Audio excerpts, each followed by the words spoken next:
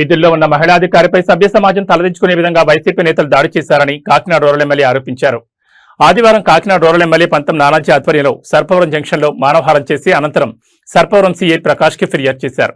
అనంతరం ఎమ్మెల్యే మీడియాతో మాట్లాడుతూ శ్రీకాకుళం జిల్లా జగన్ పర్యటనలో భాగంగా బూర్జ పోలీస్ స్టేషన్ చెందిన మహిళా ఎస్ఐ ప్రవళిక విధుల్లో ఉన్న సమయంలో వైకాపా నాయకులు కార్యకర్తలు చుట్టుముట్టి దాడి చేయడం హేయమని చర్య అన్నారు.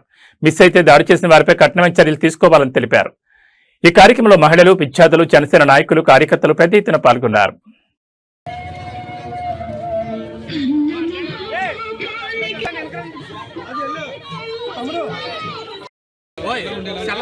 సార్ ఒకసారి ఎలా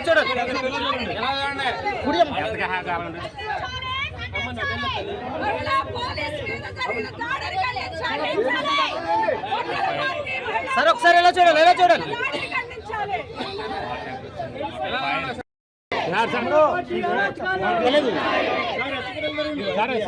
సార్ ఒకసారి ఎలా చూడండి.